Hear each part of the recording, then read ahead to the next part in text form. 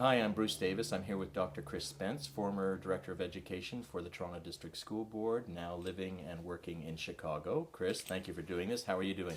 I'm doing okay. Thanks for having me. Been a tough few years, but just on the mend, trying to get back on my feet.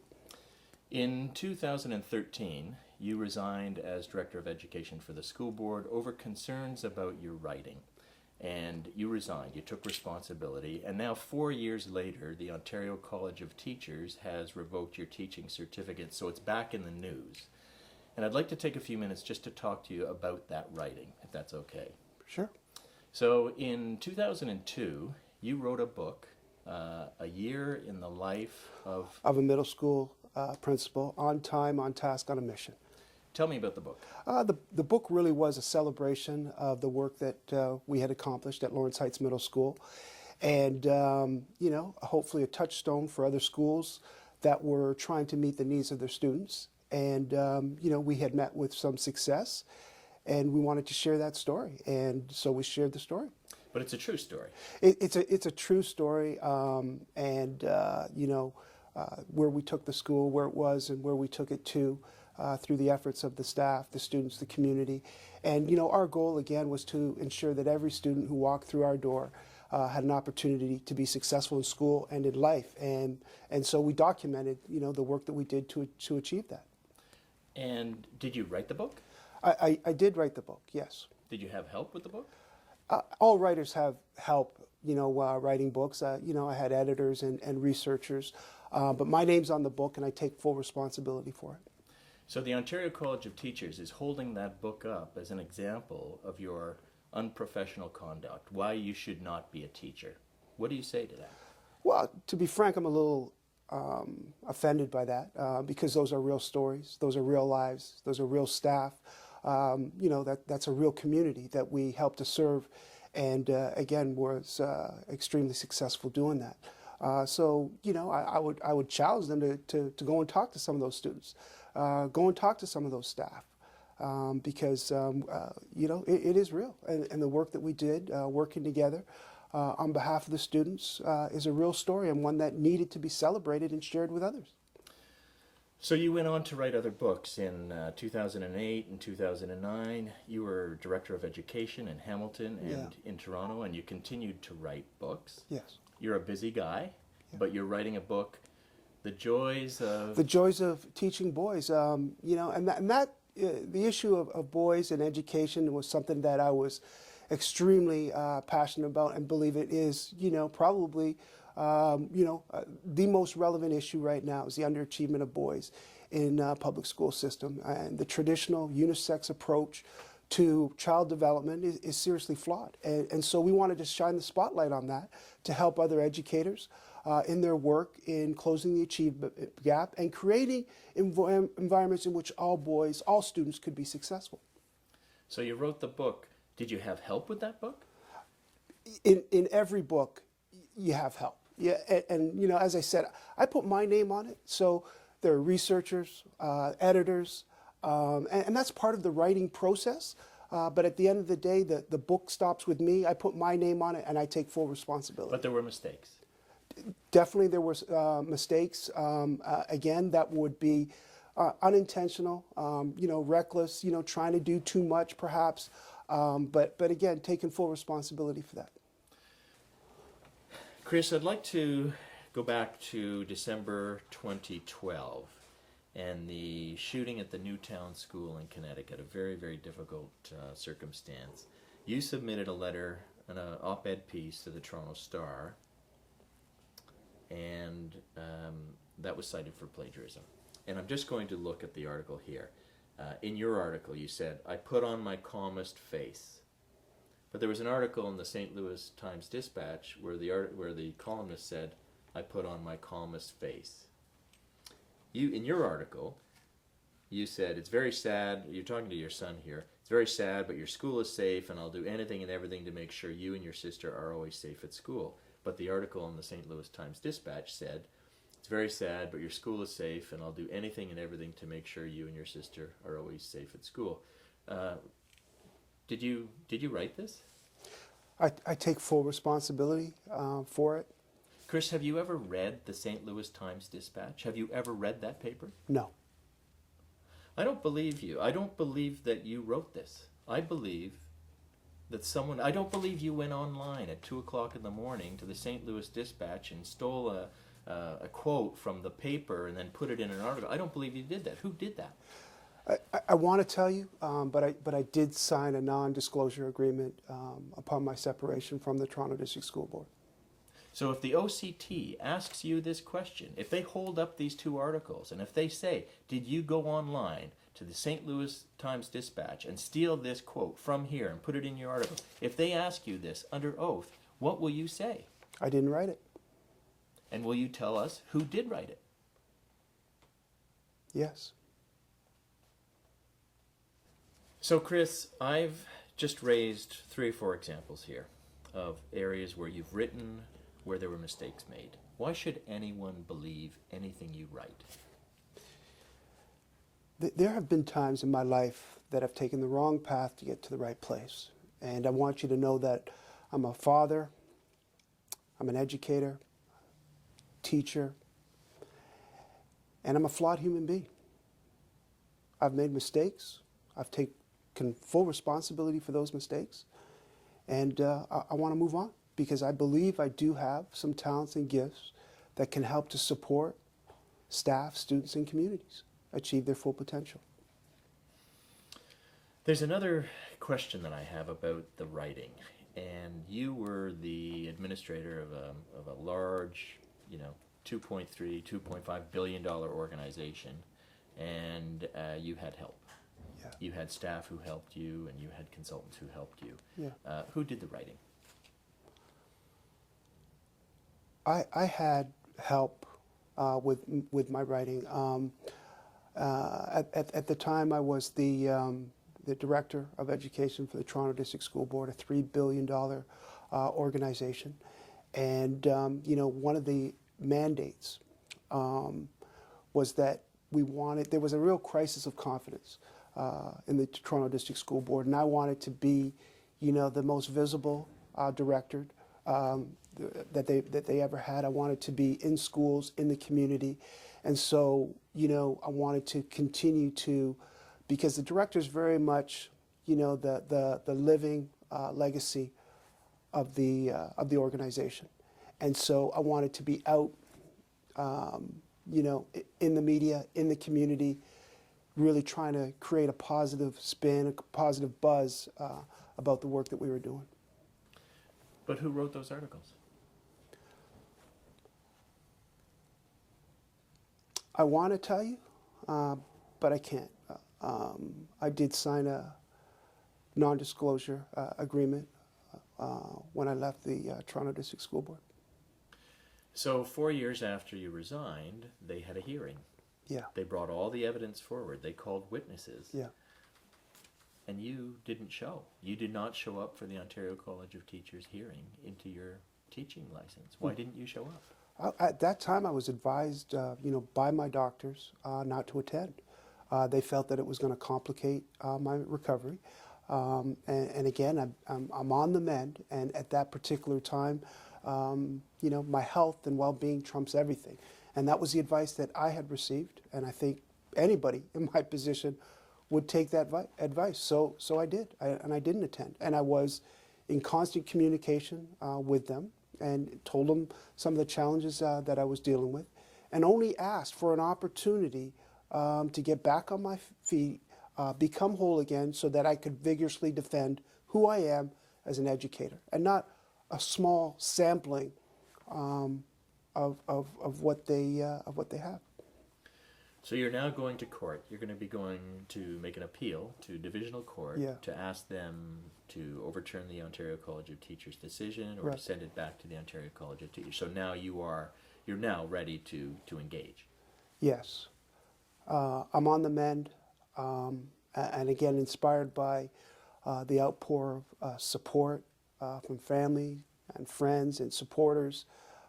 So I'm ready to fight because I do believe that the penalty is disproportionate. And again, I say this as someone who has taken responsibility for those allegations. And I think that, this interview has given me an opportunity to, speak to that in a little bit more detail as far as I can go. But again, I'm not even arguing that. I'm arguing about how disproportionate that penalty is. 20 years ago, you completed your doctoral thesis. Yes. And the University of Toronto has called you in front of an academic panel really to defend your work. And can you, first of all, just tell us a little bit about what your thesis was about? The thesis was very much a part of my own lived experiences. And it was called The Academic and Career Aspirations of Black Males and Sports Participation. And those are my subjects, my methodology, and something, that I was deeply interested in, and I was actually living at the time, as a teacher in Jane Finch. So that's my work, and I stand behind that work, and I will vigorously defend, that work. I will say that there are parts of that thesis, where I didn't give proper appropriation, that was reckless and careless. And I believe that part of that was I was teaching full-time at the time. I was also completing a film on AIDS education. And, typically what I do, rightly or wrongly, is, I take on a lot, and I tend to move on. And so the submission of that, had some errors, and they certainly picked up on that. But again, those are my subjects, my research methodology, and I certainly stand behind the findings in that work. So you're going to go to the University of Toronto, and you're going to defend your thesis. 20 years after you wrote it, you're going to go back and defend it. Yes. And you believe you should be called Dr. Spence. Yes. I mean that's part of, completion of your doctorate. And I believe, that I've earned that. And, I think if you look at my body of work and the lived experiences that I have, people would know that thesis is me. So Globe and Mail reporters, other researchers, the university holds up sections of your thesis and holds up sections of other people's work, and they say this is word for word out of someone else's report or out of someone else's research. And how did that happen? I would say that that is careless, reckless, sloppy research. Where I had taken my eye off of that, thinking that it was completed, because as you know, you work with a thesis committee, and the thesis committee had, made suggestions for changes, which I felt were addressed. I gave it over to a service to get it transcribed, and 20 years later, now they're telling me that there were some issues in it.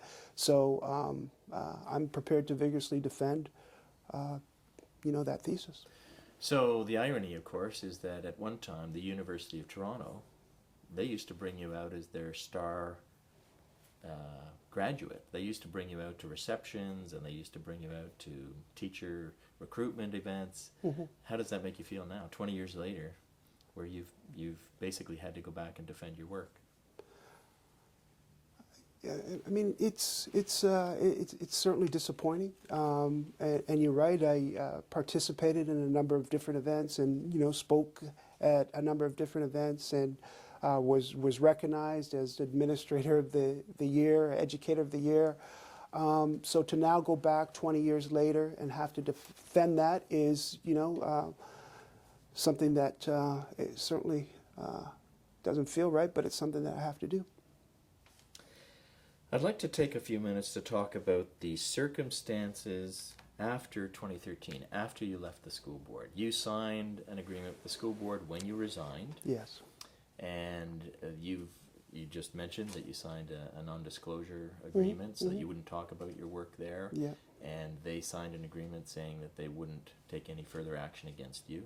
And I understand that this TDSB actually was the one that filed the complaint with the Ontario College of Teachers. So they've actually now come after you 4 years later for the work that you resigned for. And yeah, and you know, part of you know, the challenge of all of this has been that I resigned under the belief, under the agreement, under the understanding that there would be no further discipline, and you know, spoke to a number of trustees leading up to my resignation, and again took full responsibility. There was no internal investigation. The board was going through some challenges at the time, where you know we had some provincial folks that had come in, you know, on the border of a provincial takeover, and so you know, I didn't want to be a distraction to the board. There were just bigger issues that needed to be dealt with and to focus on, and so you know, I felt like I did the right thing by resigning. So to then hear that, you know, that agreement and understanding, you know, that was in place, you know, was no longer, was in my opinion, violated. Yeah, that was disappointing. I felt some, you know, sense of betrayal. You have admitted over the past little while that you've had some health issues. Yeah. You've struggled. Yeah. You had the top job in education in the country. Yeah. And very publicly, front page of the newspaper, you had to resign. Yeah. And that's affected your health, your family, your income. Yeah. Tell me about your health. Yeah. You know, just went through some difficult times, and you know, was getting some help for depression, and have, you know, struggled to get back on my feet, and you know, certainly that's affected you know, my family and you know, my circumstances in many different ways. I think the public scrutiny that I've gone through has been unprecedented, and you know, taking full responsibility and trying to move forward has been very difficult. Have you been working? Yeah, you know, I did some work out in Winnipeg. You know, and also doing some work in Chicago right now. So when you were in Winnipeg, I gather you worked for a community college. Yes. And at one point you actually lived on a reservation. Yeah, lived Tell me on about that. Yeah, an amazing experience to live on a reservation and to have the opportunity to teach young people of largely Aboriginal background. I've always been dedicated to, you know, leveling the playing field and closing the achievement gaps, and you know, to walk shoulder to shoulder with those impacted in the way that they've been impacted was certainly a life-changing experience for me. An opportunity came up to teach in a community college in an Aboriginal community, and that really excited me. I know that we were doing a lot of work at the Toronto Board in Hamilton around our First Nations communities and working with our First Nations kids, and really concerned about the achievement gaps and creating curriculum and opportunity for their histories to be reflected in the work that we were doing. So that was an opportunity that really excited me. I was at a time where I felt I just lost my way a little bit, and wanted to remove myself from my immediate surroundings and continue to learn and to grow as an educator. And that provided me with that opportunity. And what do you think about Indigenous education and First Nations education? What's your take on that? It is deflating, demoralizing, and just outright outrageous to see what's happening in those communities, and to walk, you know, with those students, those communities, was a life-changing experience. They need help. We are failing them. We have to do more to support our First Nations communities. And as you know, education is the passport to the future, and providing them the opportunity to have quality education and a history told that reflects their experience is critical. Chris, right now you're working with young black men and teenagers in Chicago, in the toughest neighborhoods, in the toughest city in America. What are you doing? Why are you doing that? It's in my DNA. When I look at some of the issues that these young men are faced with, I feel I'm well-versed to make a difference, to provide some opportunities and supports to get them on the right path. The issues that they're faced with underachievement, the suspensions are an issue, and the gun violence. Gang culture is really strong in Chicago. And so, trying to support these young men who have dreams, who want to do positive things with their life, but who often get sucked up by the negative influence of the street culture and the underground economy is something that I've always felt, very passionate about and felt that I could make a difference with. But what is it about Chris Spence that makes you uniquely qualified or special to work with these kids?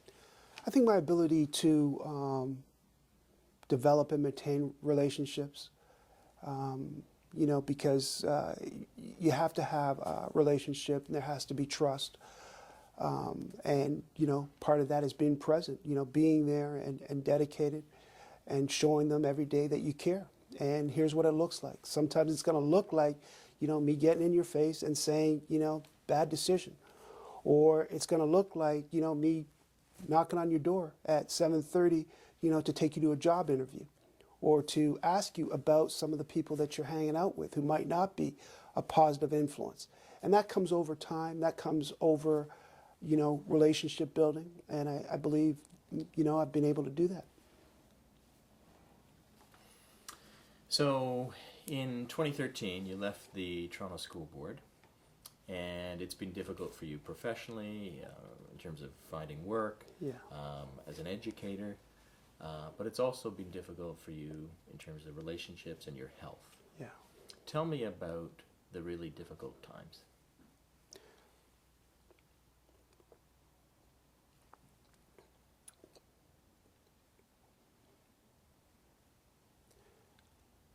I hit rock bottom.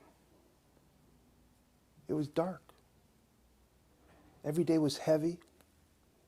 Every day seemed worse than the last day. It was extremely difficult.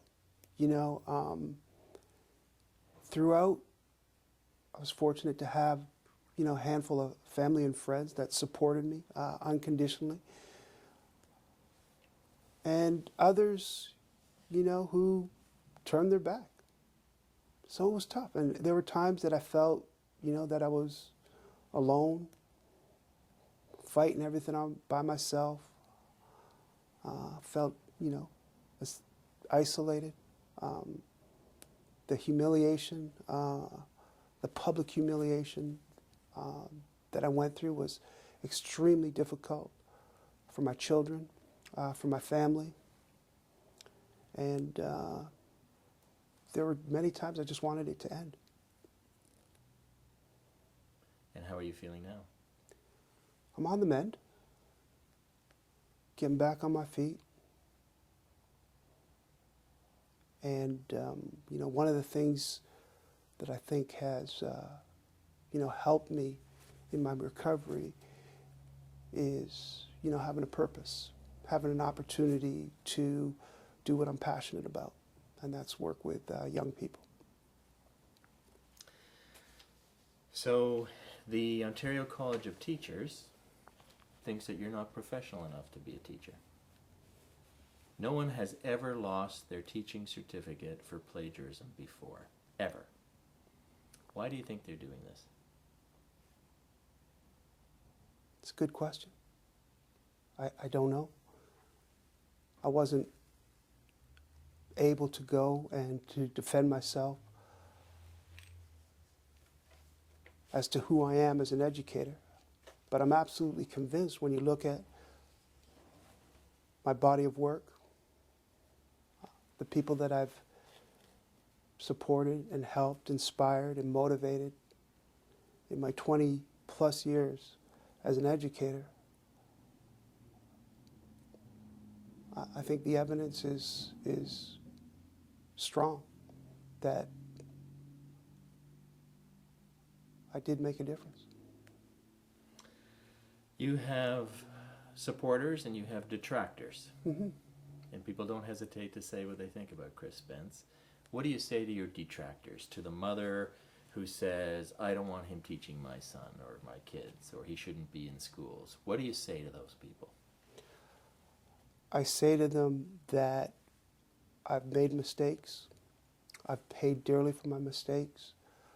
I ask you to look at the whole body of work of Chris Spence, not one part of it, the writing part, and certainly there's been some flaws in that. I would ask you, to talk to people that worked with me, worked closely with me, and know who I am, know what I stand for, and are able to, give an account of who I am as an educator. And there are people who support you, who've worked with you, and they want to know how they can help. What can they do to help? Well, I'll tell you, I'm here today doing this video and fighting back. As I said, I'm on the mend, but I've been inspired by that support. I'm not sure where I would be without that support. The letters, the emails, the messages have been a reservoir of support for me, and I'm just really appreciative of that and hope it continues as I continue to fight.